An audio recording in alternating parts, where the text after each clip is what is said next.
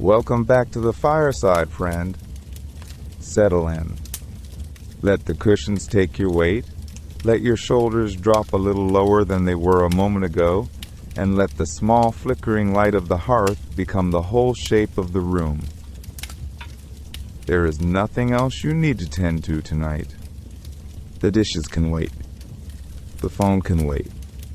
The whole humming, blinking world out beyond your window can wait.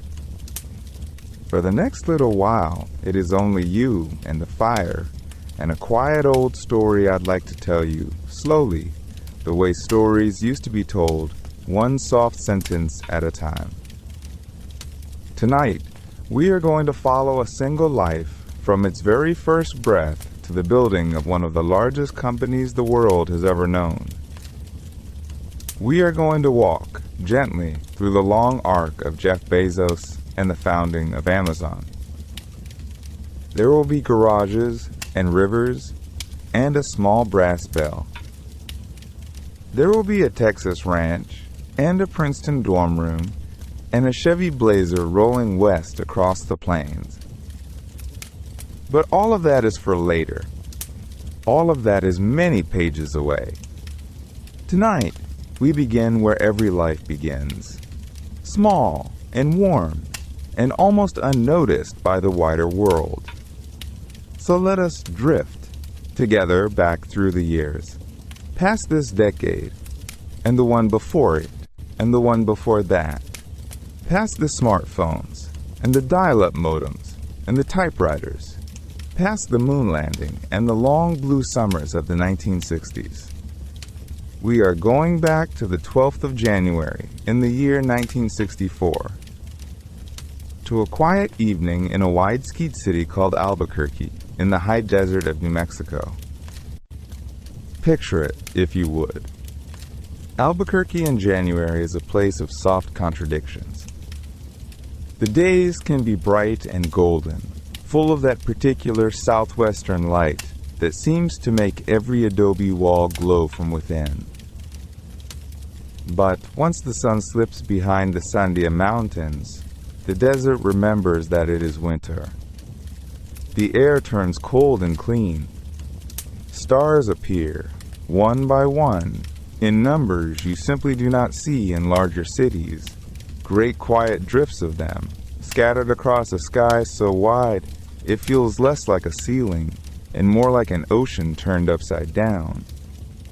On this particular evening, somewhere in that gentle, sleeping city, in a small hospital with pale green walls and the steady hush of late-night corridors, a young woman named Jacqueline was becoming a mother for the first time.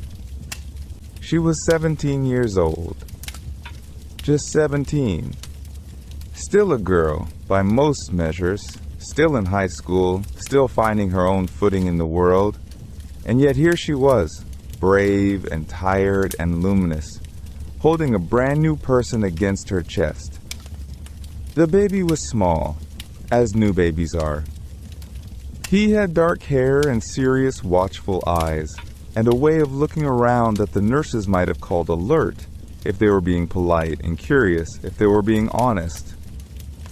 Jacqueline looked down at him, and the room seemed to grow very quiet, the way rooms sometimes do, when something important has just happened and no one is quite ready to say so out loud. She named him Jeffrey. Jeffrey Preston. A solid, gentle name, with a good rhythm to it. And though no one could have known it then, not the nurses, not the young mother, not the wide desert sky outside the window, that little boy, swaddled and blinking in the soft hospital light, would one day grow up to build something called Amazon. Something so vast and so woven into the daily lives of so many people that it would come to be called simply the Everything Store.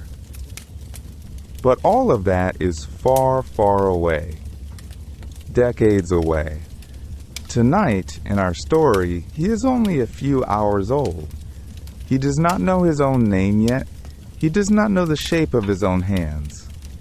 He knows only warmth and the steady heartbeat of his mother and the particular hush of a January night in the high desert. Outside, the cold air settles over the mesa. A few late lights flicker in the windows of small adobe houses. A coyote calls, somewhere out past the city limits, and the sound carries a long way in the thin, clear air. The mountains stand quietly to the east, dark and patient, the way mountains have always stood. And above it all, that great quiet drift of stars keeps turning, slow and certain, the way it has been turning for billions of years, untroubled by the small new life that has just arrived beneath it. Breathe in, gently, and breathe out. We have all the time in the world. Now, let us drift back a little further still, to a story that began long before the garage, long before the river, long before the name we know so well. A story that begins, of all places, in Cuba. It is the early 1960s. The island is changing, quickly, in ways no child can quite understand. And on a quiet street, in a quiet house, a 15-year-old boy named Miguel is told something gentle and something difficult all at once. He is going to America, alone, for a little while, just until things settle. He does not know, of course, that a little while will become a lifetime. Picture him, if you will, a slim boy with serious eyes, holding a small bag. His mother folds his shirts the way mothers do, slowly, carefully, as if each crease might carry her with him. She kisses his forehead. She tells him to be brave, and she lets him go. He arrives in Miami with the Pedro Pan children, thousands of young Cubans sent ahead by their parents hoping to follow. The nuns receive them with soft hands and soft voices. They speak a language he does not yet know. They smile in a way that needs no translation. Miami is warm, but somewhere up north, the world is colder than he has ever imagined. So when the time comes for him to be moved on to a Catholic mission in Delaware, the nuns sit at a long wooden table and they sew him a coat, by hand, stitch by stitch. A simple coat for a simple boy, made of whatever fabric they had, made with whatever love they could spare. He carries that coat north on a train, his face pressed gently to the window, watching a country unspool itself slowly outside the glass. Fields, towns, farmhouses with smoke curling from their chimneys. America, in its quiet way, beginning to introduce itself. He learns English the way a person learns to swim. Slowly at first, then all at once. And in the years that follow, this boy who arrived with a sewn coat becomes a young man with a steady walk. He makes his way to the University of Albuquerque. He needs to pay his tuition, so he takes a job, the night shift, at the Bank of New Mexico. The bank is hushed in those late hours. The fluorescent lights hum overhead.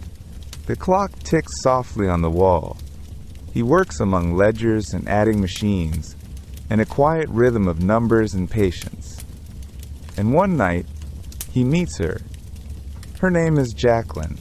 She is young, soft-spoken, with a small son sleeping at home. She works at the bank, too, in those same quiet hours. They begin with simple things. A nod, a shared coffee, a held door. The kind of small, unremarkable kindnesses that only later, in the long view of a life, reveal themselves as the beginning of everything. Miguel, who is now beginning to be called Mike, learns about her boy.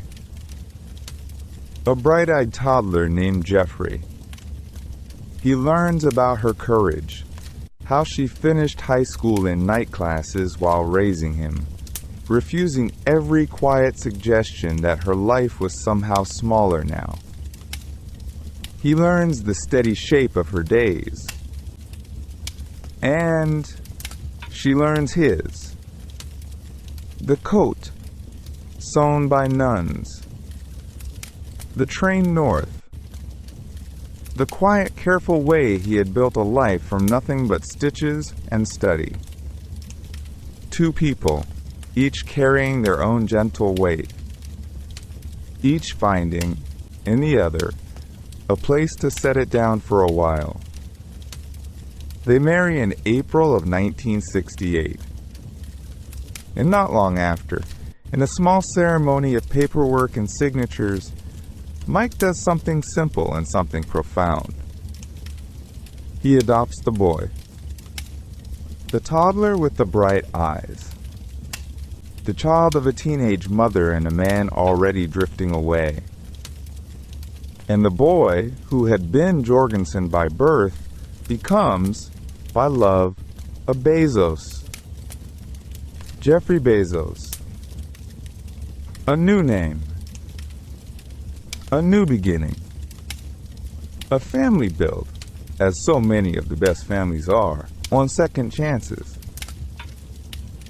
There is no fanfare to this moment. No headline. No record beyond a small stamp on a small page in a small office in Albuquerque. Just a young Cuban man in a borrowed country, looking down at a little boy and saying, in the silent language of a father, "You are mine now." And the boy, of course, does not yet understand. He is too small. He simply reaches up, the way small children do, and takes the hand offered to him. A hand that had once held a coat sewn by nuns. A hand that had crossed an ocean alone. A hand that was, from this night onward, his father's.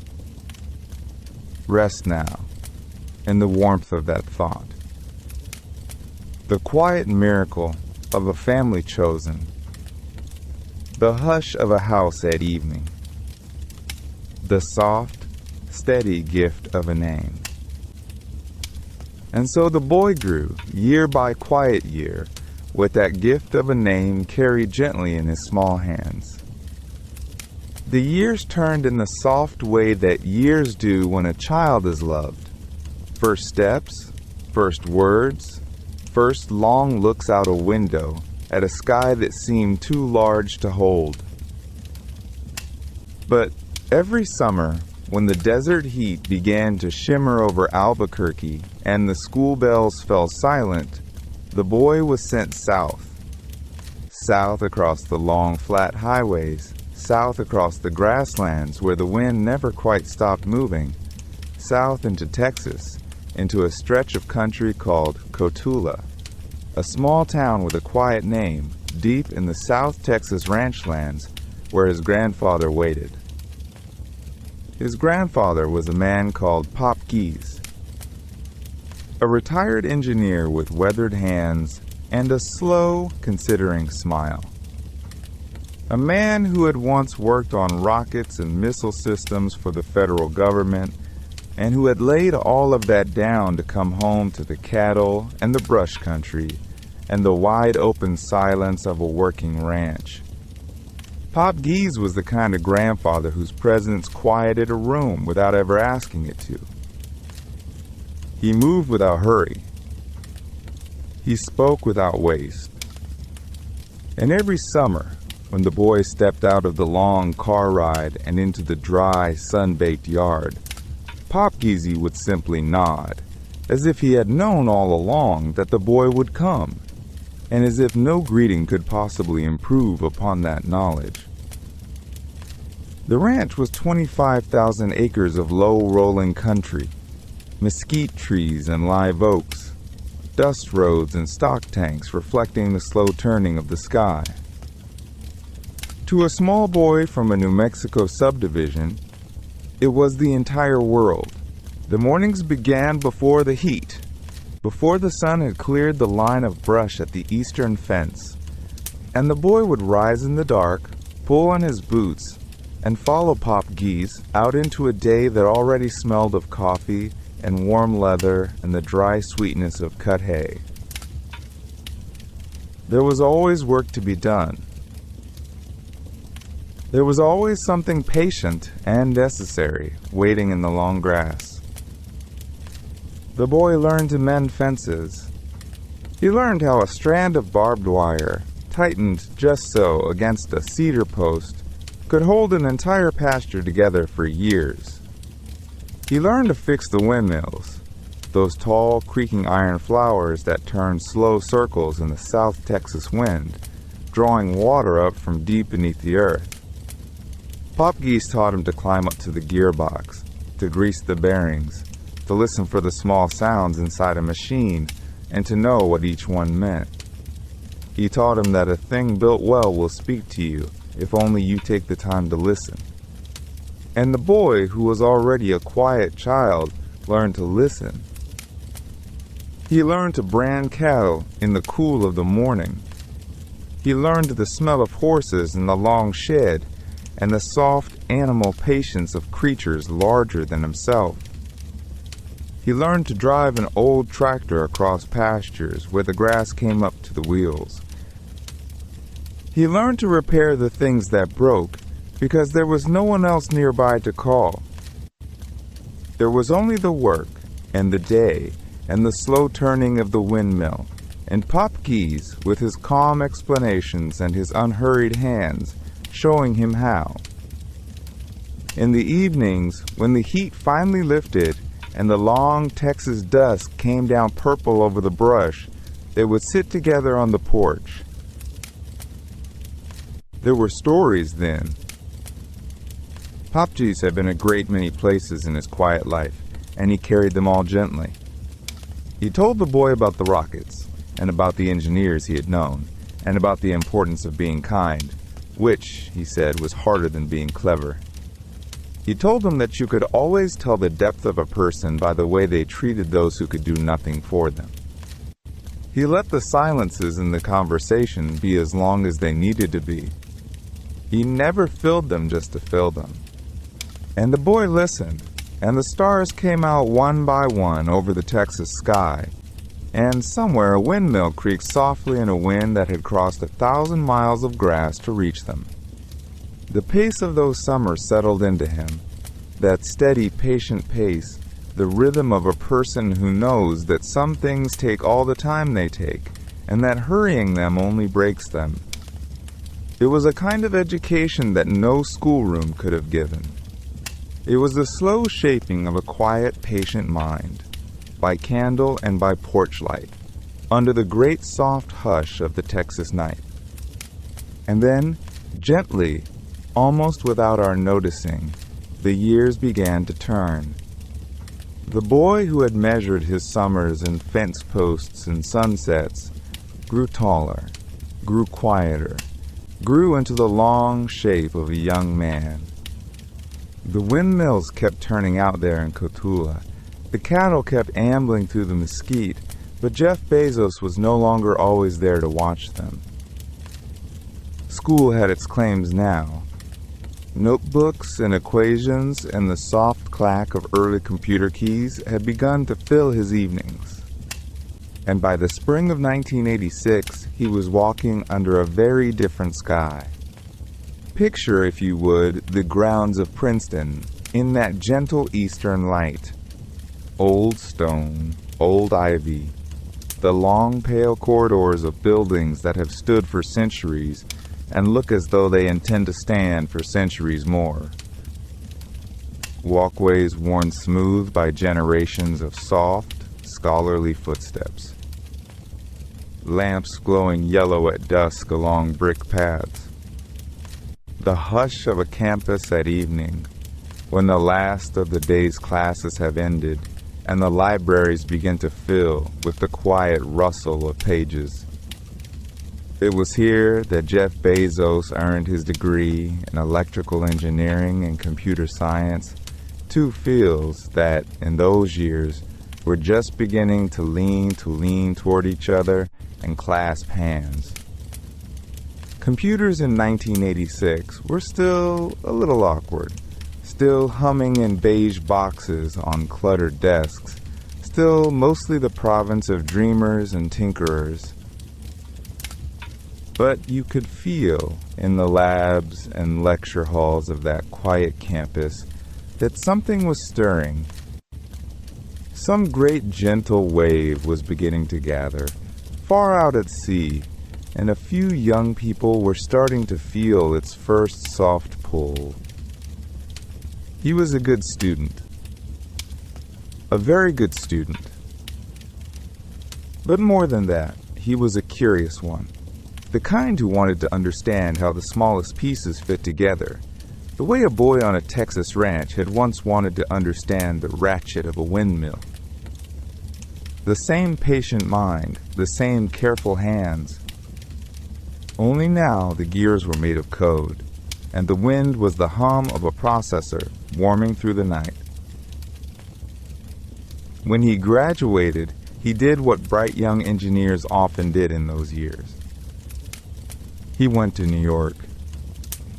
And imagine that city in the late 1980s, the long sweep of skyline at twilight, the great honeyed lights of office towers staying on far past dark, the ceaseless murmur of taxicabs on rain-slick avenues.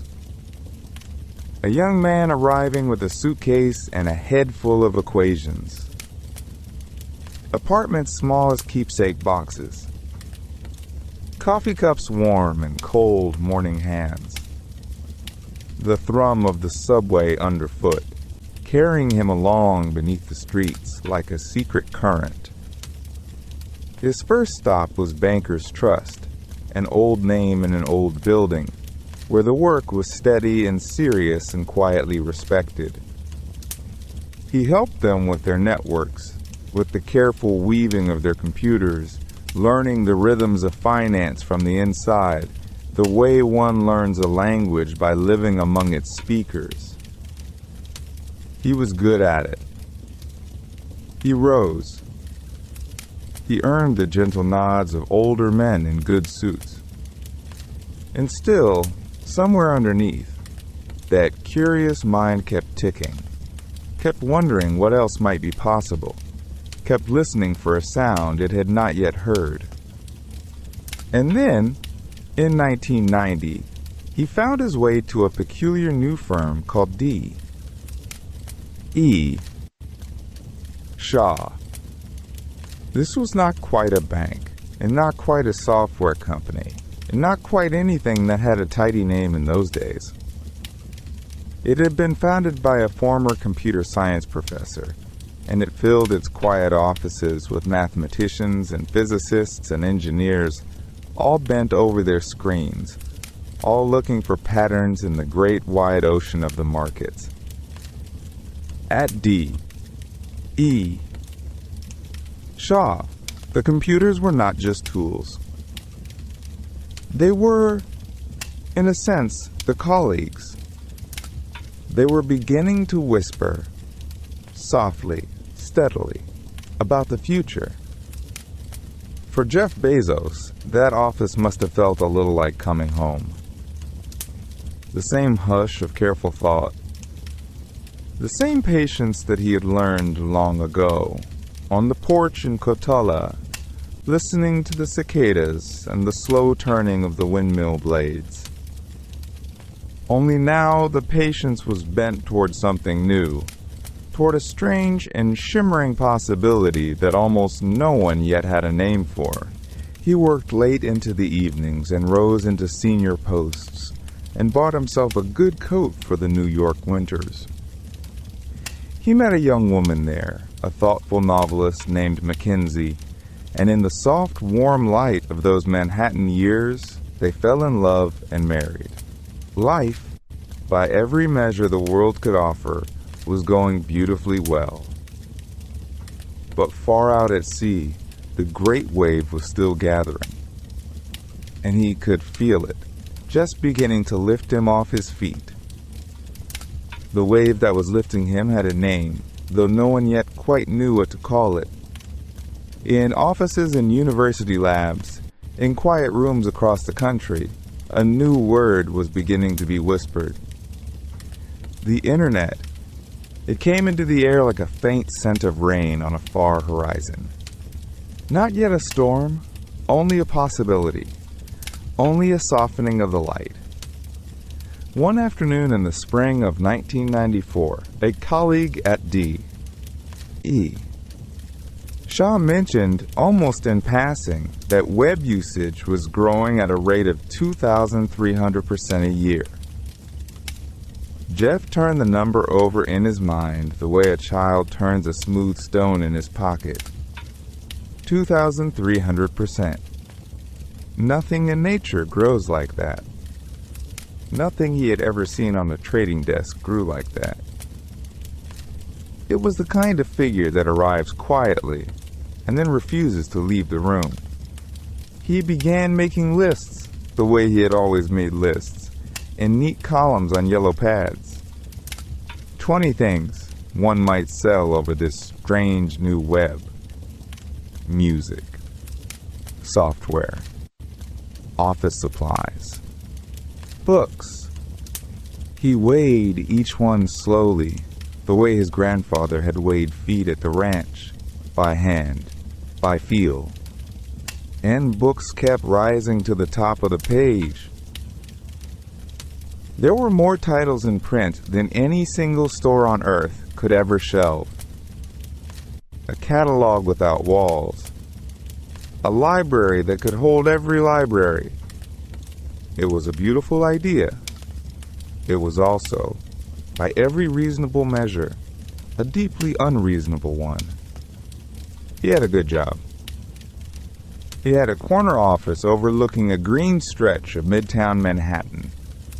He had a year-end bonus that arrived like clockwork, and a future as solid as the marble in the lobby downstairs. So he sat with the question for a long while, the way one sits with a candle late at night, watching it burn lower. What he did then has since been told and retold, but on that evening it was simply a quiet conversation he had with himself. He imagined that he was 80 years old. He imagined a porch somewhere, perhaps a little like Pop's porch in Texas, with the long shadows easing across the boards.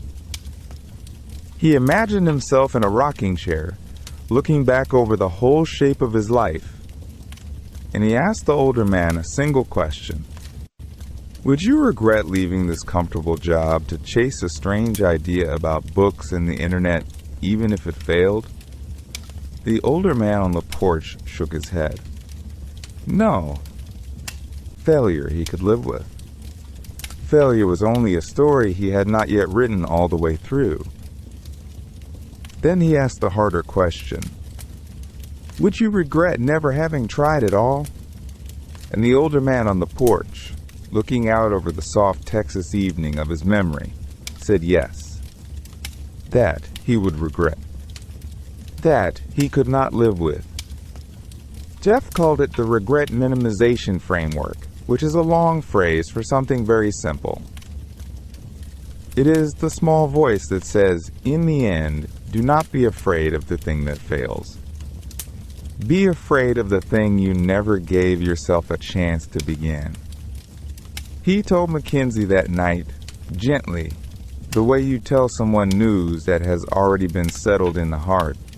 She had been a novelist before she was anything else. She knew about the courage it takes to start a long work whose ending you cannot yet see. She listened, and she nodded, and she said, simply, let's go. And so, in the soft, lengthening light of the early summer of 1994, they packed a 1988 Chevy Blazer with their belongings. The dog rode along. So did a futon and a few boxes of books, and a laptop computer the color of old eggshell. They pointed the hood west, away from the towers of glass and the long avenues of New York, toward a country they had not yet seen. Mackenzie drove a great deal of the way. Jeff sat in the passenger seat with the laptop balanced gently across his knees, the cord trailing down to the cigarette lighter, and he tapped out the bones of a business plan as the prairies opened around them. Wheat fields the color of pale honey. Oil derricks bowing slowly in the distance, like grandfathers nodding by a fire. The wide, patient sky of the middle of the country. Each evening they pulled into some small motel and ate quietly and slept the sleep of people moving towards something they could not quite name. Each morning they rose and pointed the blazer west again, the laptop humming, the plan growing line by line, mile by mile, while the great soft wheel of the country turned beneath their tires. By the time they crossed into Washington, the air had changed.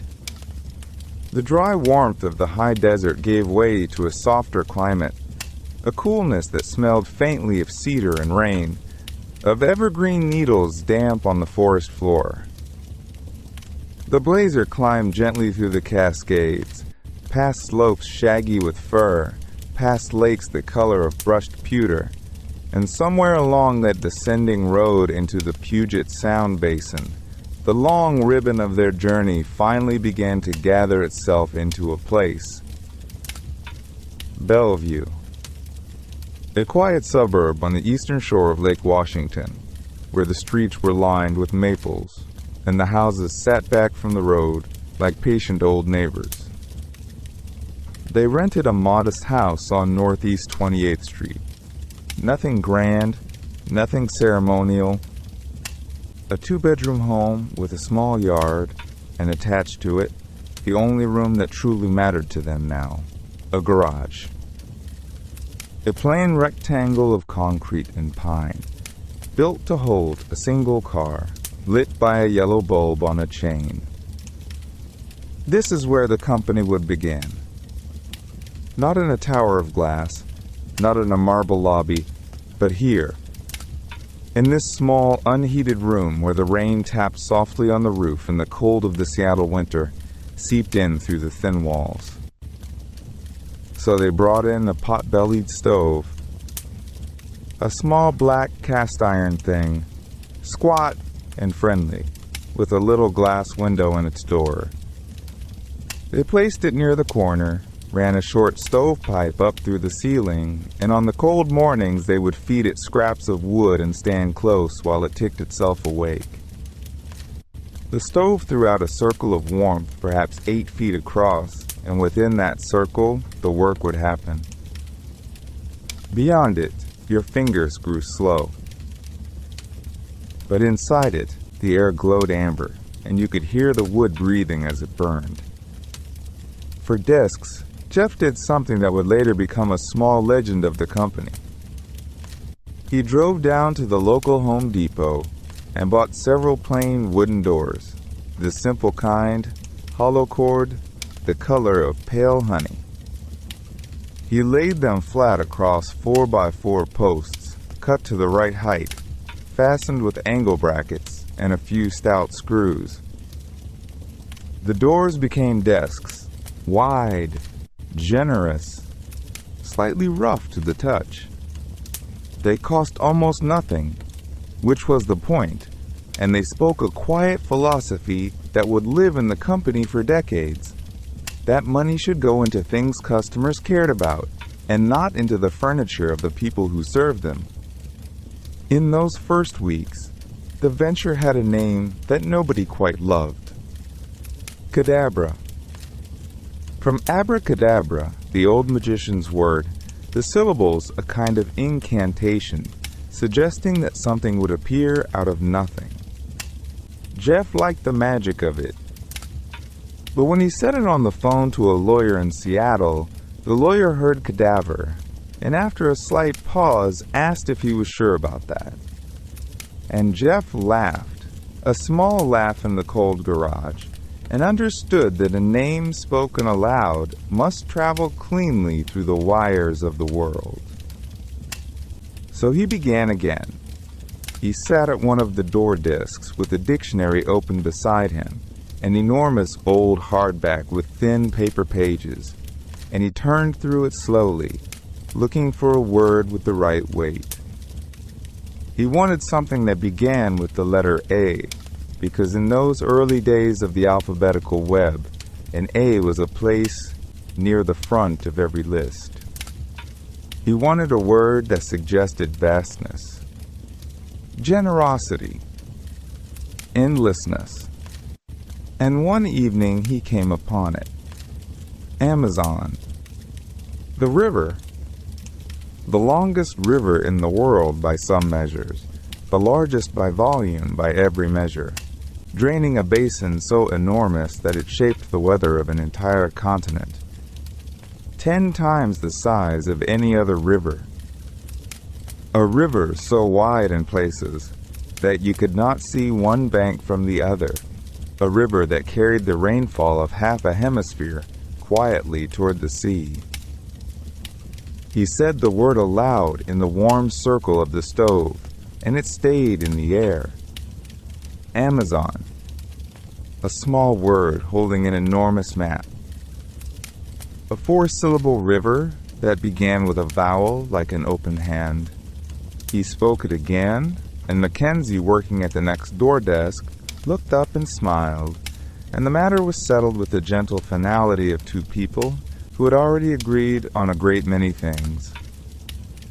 That night the rain returned, soft and steady, the way it returns to Bellevue most nights of the year, drumming on the garage roof in a sound like distant applause. The stove ticked.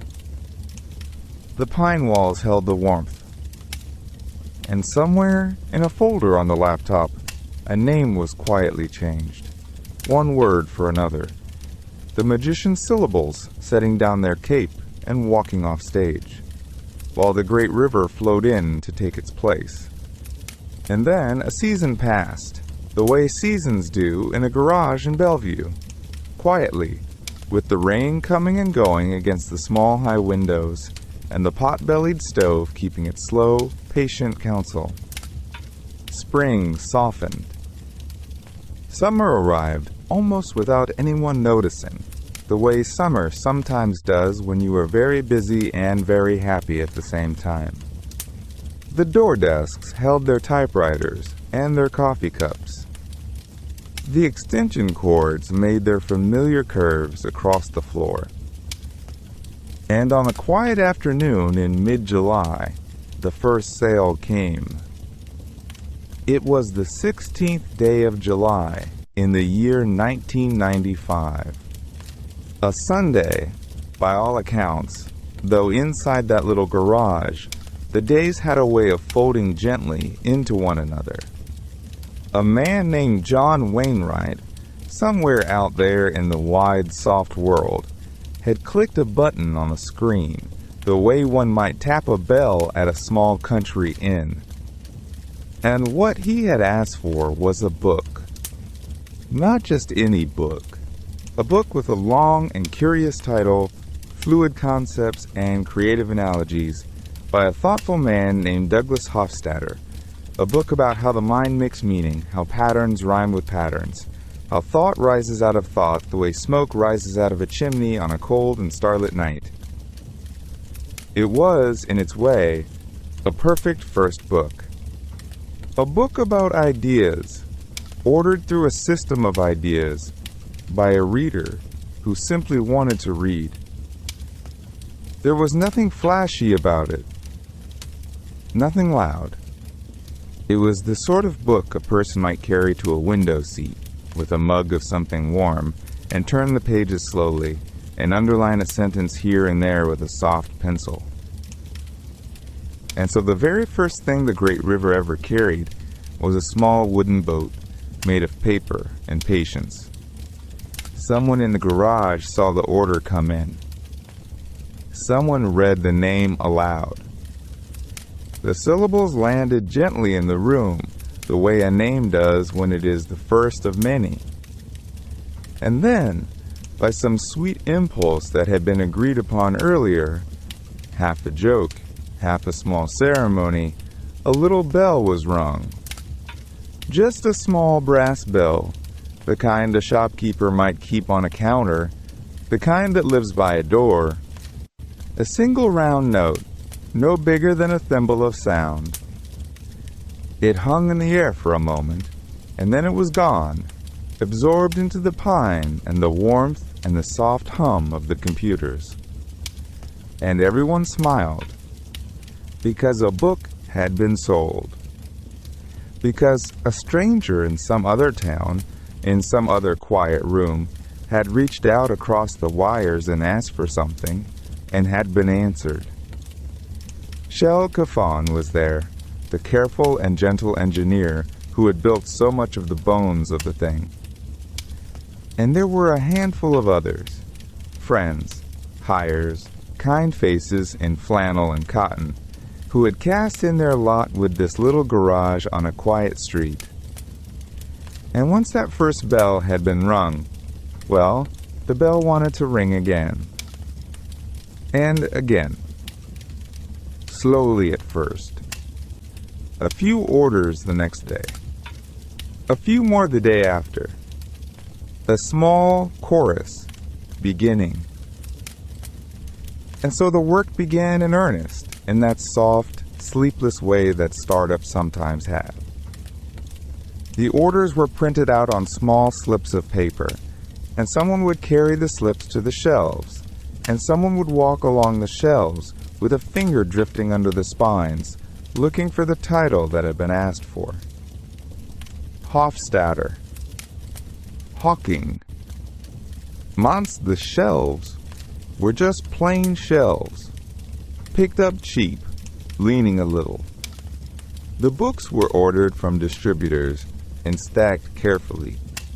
And when the orders ran late, as they often did, the picking and the packing went on long past midnight, under a single warm bulb, the clock on the wall ticking in its calm, old way.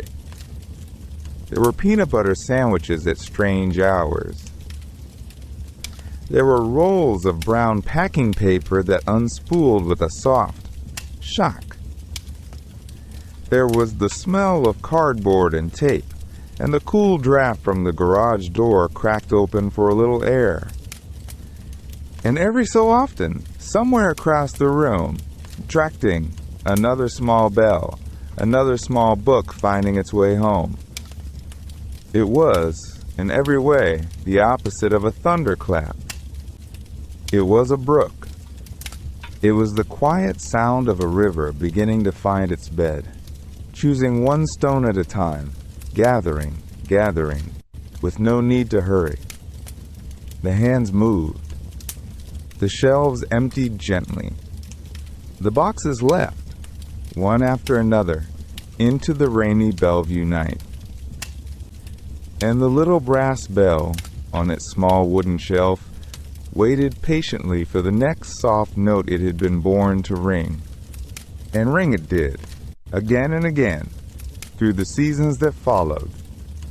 By the spring of 1997, the little company that had begun with door desks and a pot-bellied stove had outgrown more than one building.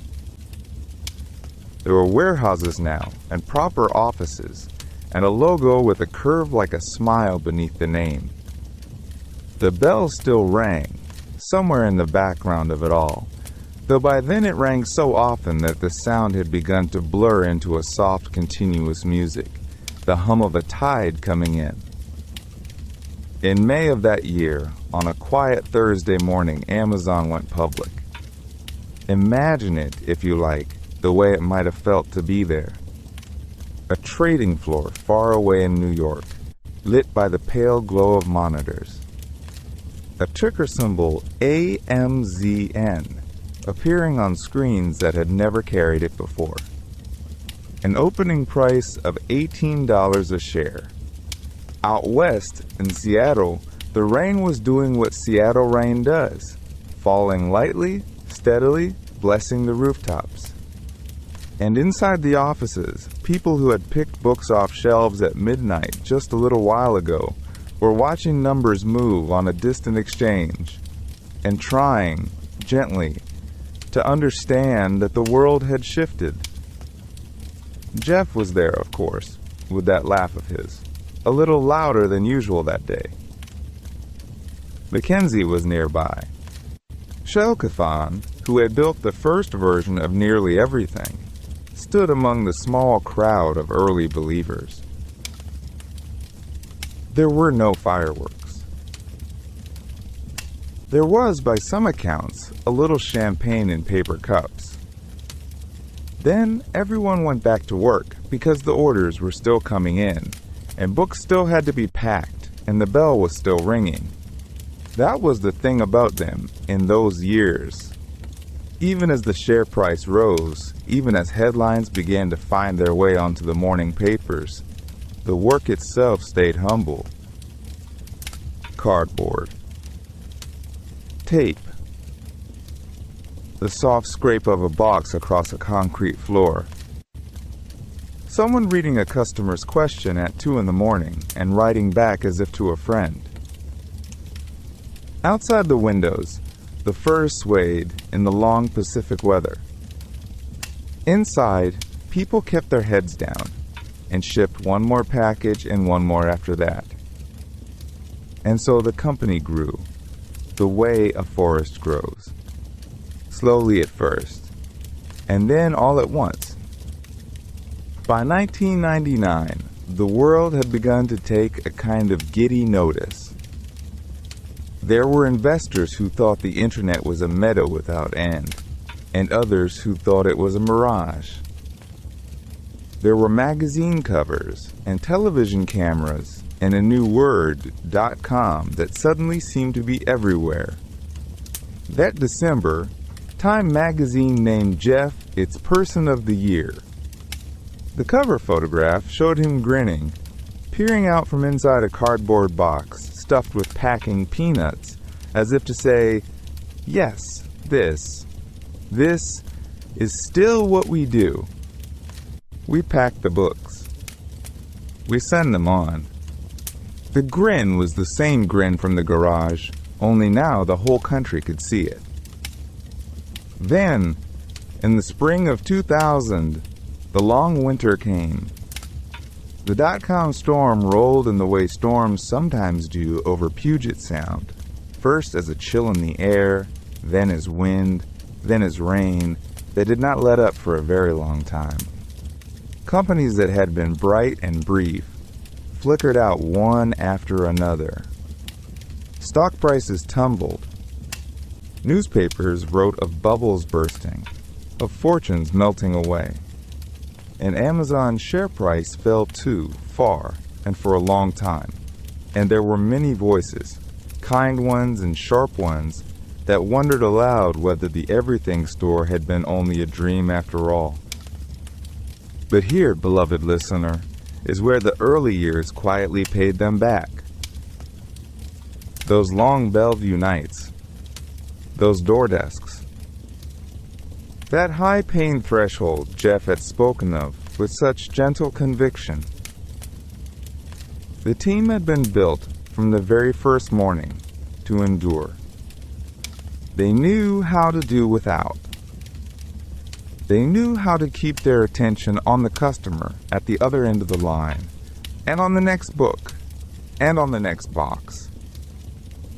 While the world shouted about markets, they listened instead to the soft, familiar music of orders coming in. And so, through that long winter, Amazon did the simplest thing imaginable. It kept shipping books. The warehouses ran. The trucks pulled in and pulled out. The bell, somewhere, still rang. The numbers on the distant ticker rose and fell and rose again, but the work was steady and patient and warm.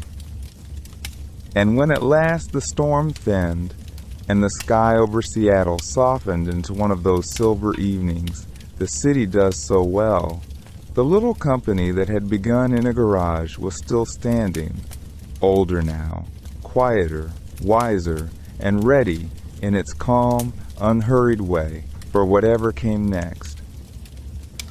And in that calm, unhurried way, the years began to turn again. The 2000s came in softly, the way a new chapter does in an old book, without trumpets, without ceremony, only the quiet rustle of a page being turned. Seattle settled into its long, gray patience. The rain came and went. The ferries crossed the Sound and crossed it back. And inside the offices, where the door desks had multiplied and the bell, by now, had been retired to a shelf, Jeff Bezos sat with his small, devoted teams and asked the same questions he had always asked. What does the customer need? What can we build?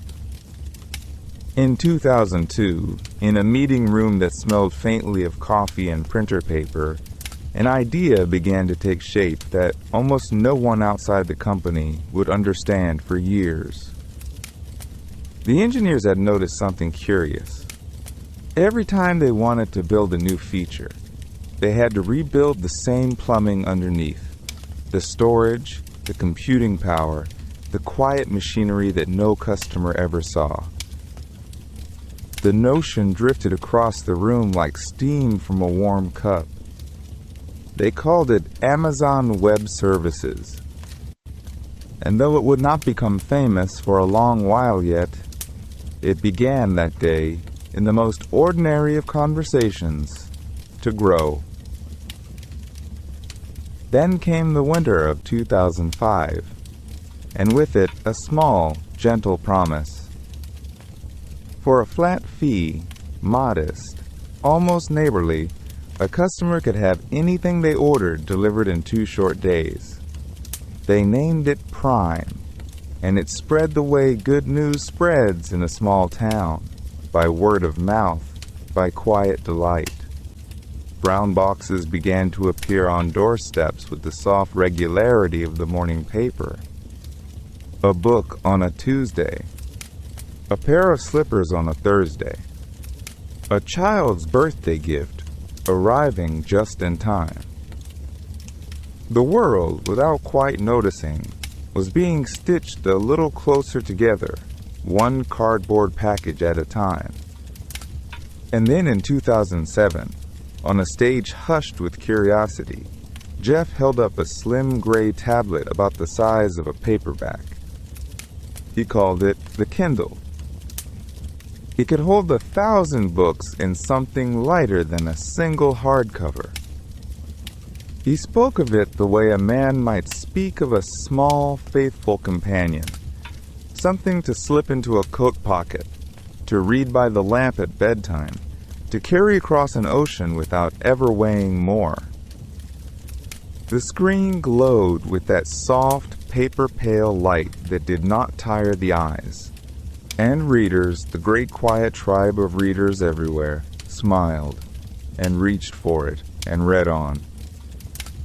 The years kept their gentle rhythm. The company grew, but the spirit at its center remained almost stubbornly the same, that small, candlelit conviction from the Bellevue garage. It is still the beginning, asterisk Jeff would say. He called it Day One.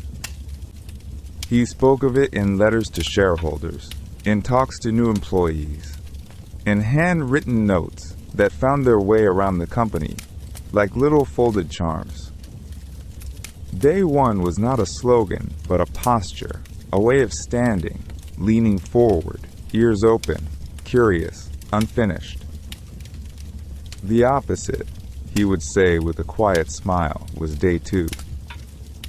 And Day Two, in his telling, was a long, slow afternoon nap from which a company never quite woke up. So they kept their mornings. They kept the early light. They kept the willingness to be wrong, to start over, to listen to a customer the way one listens to an old friend across a kitchen table. And in 2013, in a moment that surprised even those who had known him longest, Jeff bought a newspaper. Not just any newspaper, the Washington Post, that storied old institution along the Potomac, with its inkwells and its marble lobbies and its century of careful reporting.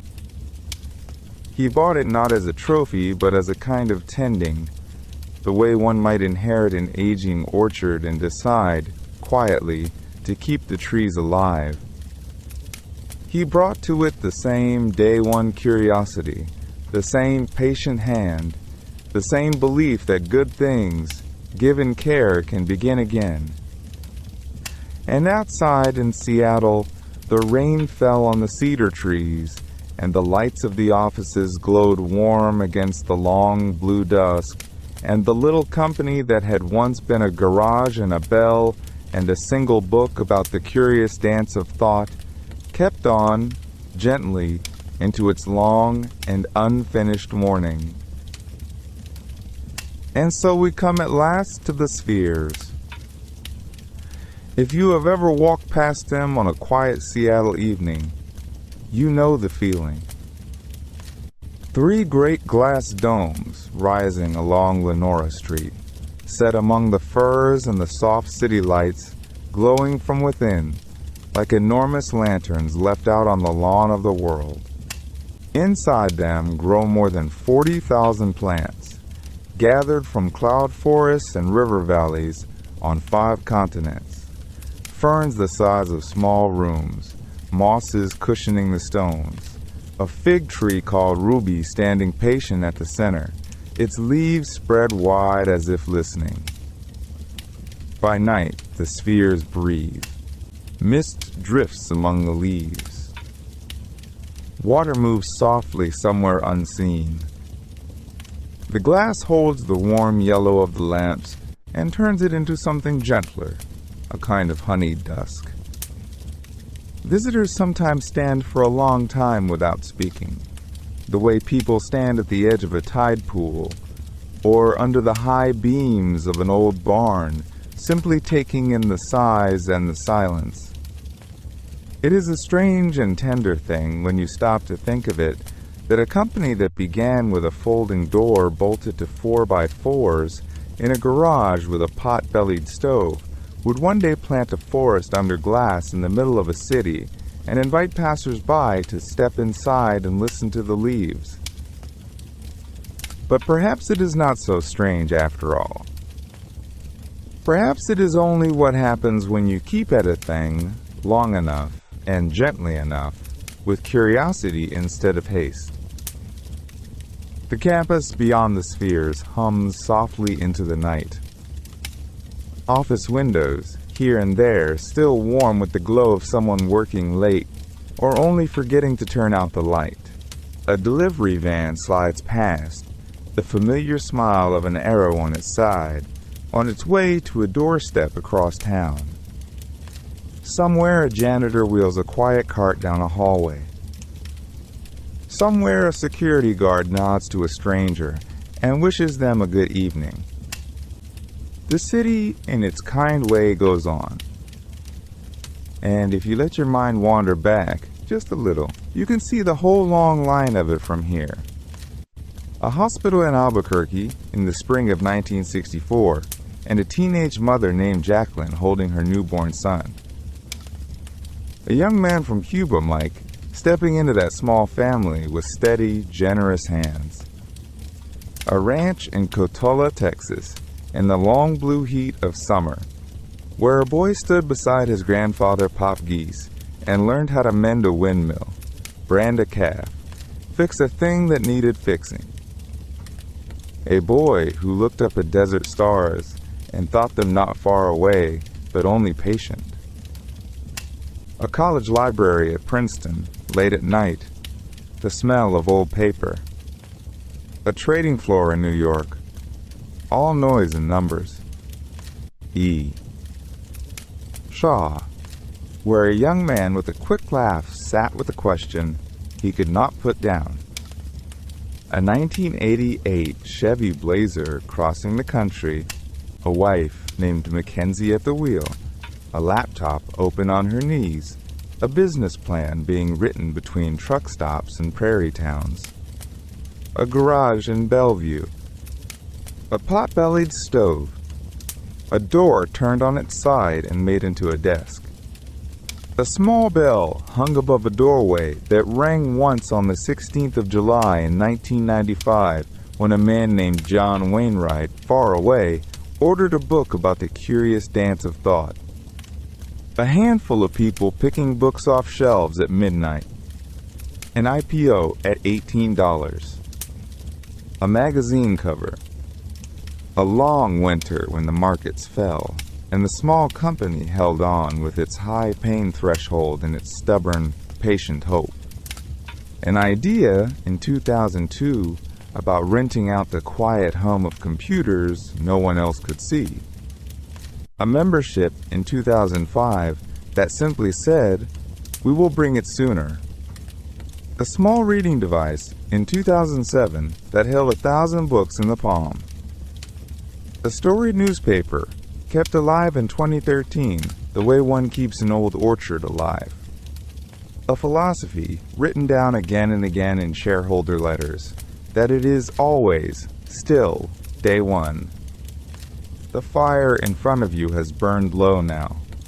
The last log glows the soft orange of a sleeping coal. The room is warm.